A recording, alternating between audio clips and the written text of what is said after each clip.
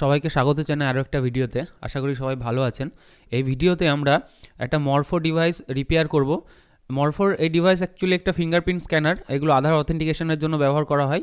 তো এটার মডেল রয়েছে মরফো এমএসও E3, E2 এবং E3 এগুলো খুব পপুলার, খুব ছোট্ট কম্প্যাক্ট মান্ত্রা ডিভাইসের তুলনায়। কিন্তু এইগুলোতে খুব কমন একটা প্রবলেম, অনেক দিন ব্যবহার করার ফলে যেটা হয়, এই কেবেলগুলো লুজ হয়ে গেলে এখানে ডিভাইস আনঅথরাইজড ডিভাইস, আনঅথেন্টিকেটেড বা আনরেকগনাইজড বা কোনো রকম ডিভাইস সই করে না। তো এটা খুবই একটা কমন প্রবলেম, এখানেও এই প্রবলেমটা রয়েছে এই ডিভাইসে। তো এটা আমরা রিপেয়ার করব দুটো পদ্ধতিতে। প্রথমে আমি দেখাবো কিভাবে আপনি বিনা কেবল রিপ্লেস করে এটা রিপেয়ার করতে পারেন।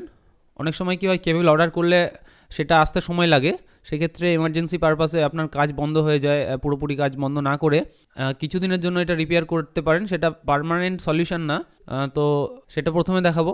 দ্বিতীয়ত অ্যাকচুয়াল কেবল রিপ্লেসমেন্ট কীভাবে করতে পারবেন সেটা দেখাবো। কেবলগুলোর দাম প্রায় 250 টাকা মতো হয়, অ্যামাজন, ফ্লিপকার্ট বা অন্যান্য জায়গা থেকে আপনি কিনতে পারেন। তো এটা প্রথমে খুলতে হবে। খোলার পদ্ধতিটা একটু কঠিন, এখানে কোনো স্ক্রু নেই, এটা পার্মানেন্টলি ফিক্স করা আছে। তো দুটো সেকশনের মাঝখানে একটা দেখুন দাগ রয়েছে, খাঁজ আছে, সেটাতে আপনি কোনো শক্ত স্ক্রু ড্রাইভার হতে পারে বা কোনো প্লেট জাতীয় জিনিস দিয়ে চাপ দিয়ে দিয়ে ধীরে ধীরে এটাকে খুলতে হবে।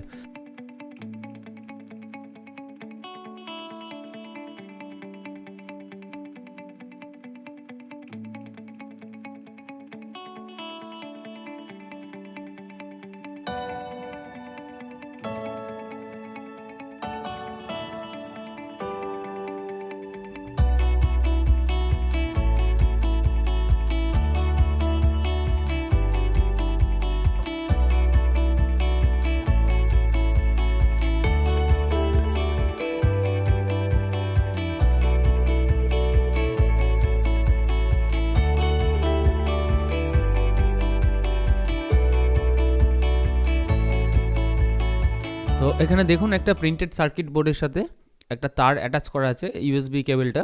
এটা একটা সাদা রঙের কানেক্টার দেখতে পাচ্ছেন হয়তো। জেনারেলি এই তারের বাঁকানো যে পোর্শনটা আছে এটা খারাপ হয়ে যায় বা কানেক্টারটা খারাপ হয়ে যায়, এই তারটাকে আমাদের কানেক্টার থেকে আলাদা করতে হবে। দেখুন এখানে কানেক্টারটা আলাদা করে ফেলেছি আমি, এটা টুইজারের সাহায্য নিয়ে। এবং কানেক্টারের একটা ছবি তুলে রাখবেন প্রথমেই, কারণ এখানে অনেকগুলো ছোট ছোট তার রয়েছে, তার ওরিয়েন্টেশনটা, তার কোনটার পরে কোনটা লাগানো আছে সেটা আমরা মনে রাখতে পারবো না, এটা আমাদের প্রয়োজন হবে পরবর্তীকালে।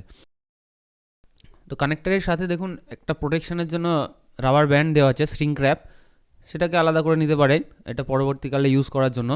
তো এখানে কেবলের দৈর্ঘ্যটা অনেক বেশি আছে, আমি প্রথমে এটাকে ছোট করে নেব, অনেকটা বাদ দিয়ে দেবো, কারণ এই কানেক্টারের কাছাকাছি পোর্শনে কোনো গন্ডগোল রয়েছে কেবলের। তো দেখছেন অনেক বড় দৈর্ঘ্য আছে, আমি মোটামুটি 50% দৈর্ঘ্যতে এটা কেটে নিচ্ছি কেবলটা।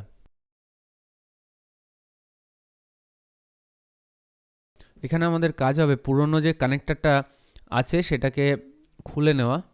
দেখুন কিভাবে খুলছি আমি। প্রতিটা তার ধীরে ধীরে সামনের দিকে টানবেন, যেদিকে দেখুন ফাঁকা রয়েছে কানেক্টারের। দেখুন এখানে তারগুলো একটা একটা করে খুলে যাচ্ছে।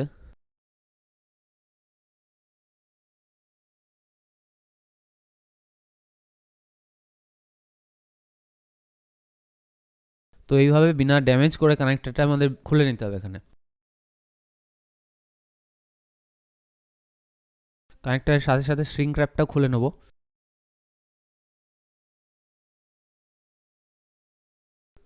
খুবই সাবধানতার সাথে কেবলের ইনসুলেশনটা কাটবো, ভেতরের কেবলগুলো যাতে ড্যামেজ না হয় সেটা লক্ষ্য করতে হবে। একেবারে বাইরের ইনসুলেশনের ভেতরেও আরও কয়েকটা প্রোটেকশান পাবো ইলেকট্রোম্যাগনেটিক ইন্টারফিয়ারেন্স থেকে বাঁচাতে। এখানে সিলভার কালারের দেখুন টিন কেবল ব্যবহার করা হয়েছে, এটা কানেক্টারের এখানে প্রয়োজন নেই, এর বেশিরভাগ পোর্শনটাই ছেটে দেবো এবং একদম সেন্টারে সব ছোট ছোট তারগুলো এক জায়গায় করে রাখা হয়েছে। এটাকে আমরা বের করব এবং এটাকে পরপর যেরকমভাবে কানেক্ট করতে হবে সেইভাবে সাজাতে হবে। তার আগে ভেতরের কপার ওয়্যারটা বের করার জন্য আমরা লাইটারের ব্যবহার করছি এখানে আমি, যাতে ওপরের প্লাস্টিক ইনসুলেটরটা সরিয়ে নিতে পারি।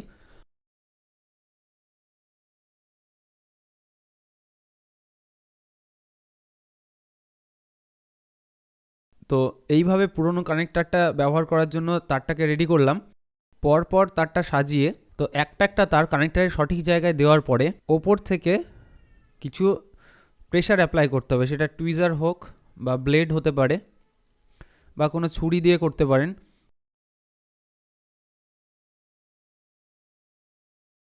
উপর থেকে চেপে কানেক্টরের স্পেসের মধ্যে এটা বসিয়ে দিতে হবে।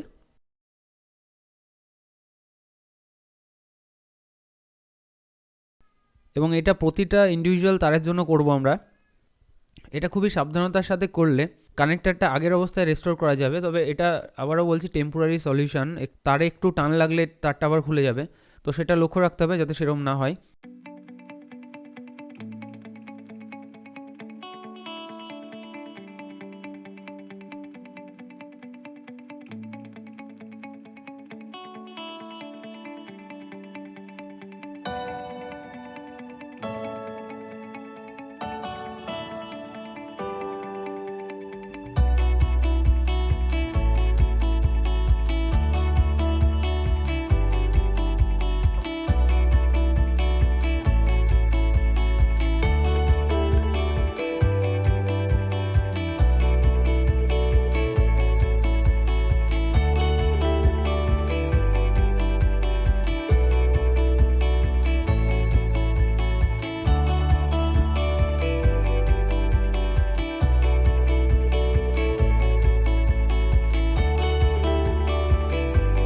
খুবই সাবধানতার সাথে এবং সময় নিয়ে এই কাজটা করবেন।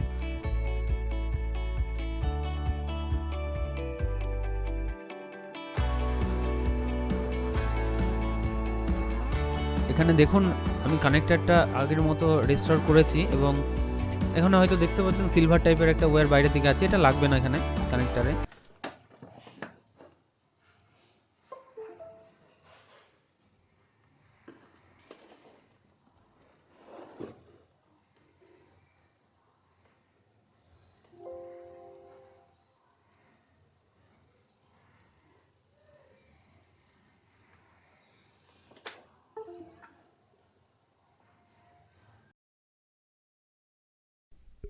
দেখুন ল্যাপটপের ইউএসবি পোর্টে কানেক্ট করলে এখানে ডিভাইসটা শো করছে। তো এবার সাকসেসফুলি এটা রেকগনাইজ করেছে আমার কম্পিউটার। তো এখন নেক্সট স্টেপে পুরো জিনিসটাকে আমি আবার হট গ্লু দিয়ে আটকে দেবো। খুব একটা বেশি হট গ্লু অ্যাপ্লাই করছি না, কারণ পরবর্তীকালে আমাকে কেবেলটা রিপ্লেস করতেই হবে। এটা এইভাবে চলতে চলতে আবার কয়েকদিন পর আগের প্রবলেম শো করতে পারে। কেসিংটা খুলতে গিয়ে ড্যামেজ হয়ে যেতে পারে একটু আধটু, সেইগুলো চেষ্টা করবেন যতটা সাইডগুলো ঠিক করে নেওয়া যায়, নাহলে দুটো কেসিংয়ের মধ্যে অনেক গ্যাপ থাকবে। তো এটা ছিল একটা পদ্ধতি যেটা দিয়ে আমরা কাজ চালিয়ে নিতে পারবো। এবার নেক্সট স্টেপে আমরা কেবল অর্ডার করছি, যেটা বেশিরভাগ জনই করে থাকে এবং ইউটিউবের অন্যান্য ভিডিওতে আপনারা দেখতে পাবেন। ডেসক্রিপশানে লিঙ্ক দেওয়া থাকবে কেবল কেনার জন্য।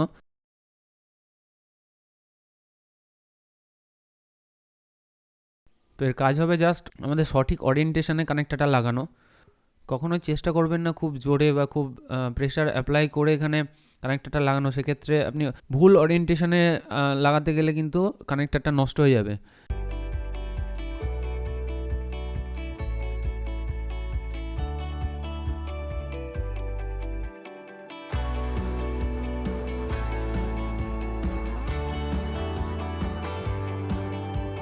তো কানেক্টরটা লাগিয়ে নিন অ্যান্ড দেন যে কেবলটা আছে সেই কেবলটা, এখানে একটা কেবল ট্রেঞ্চ টাইপের করা আছে সেই প্লাস্টিকের কেসিংয়ের মধ্যে, সেটা দিয়ে রাউট করিয়ে নেবেন। তো তাতে কি ডিরেক্ট কানেক্টরের ওপর প্রেশার পড়বে না যখন আপনার এই কেবলের ওপর টান লাগবে। দেখছেন এখানে আমি সেটা করে নিয়েছি এবং এতে একটা প্রোটেকশান দেওয়া আছে এই পোর্শানে, একটা শ্রিঙ্ক র্যাপ দেওয়া আছে ওই পোর্শানটার ওপরে প্রোটেকশানের জন্য, বেশি দিন যাদের কেবলটা টেকে। তো এইভাবে এটা কমপ্লিট করে আবার হট গ্লু দিয়ে আপনি সিল করে দিতে পারেন বা টেপ লাগিয়ে দিতে পারেন। তো এই দুই পদ্ধতির মাধ্যমে আপনি মরফো ডিভাইস রেস্টোর করতে পারেন। যদি ভিডিওটা কাজে লাগে নিশ্চয়ই শেয়ার করবেন আর চ্যানেলটা সাবস্ক্রাইব করবেন। আপনি কোনো প্রবলেম ফেস করলে কমেন্টে জানাবেন সেটা। আশা করি নেক্সট ভিডিওতে দেখা হবে। ধন্যবাদ।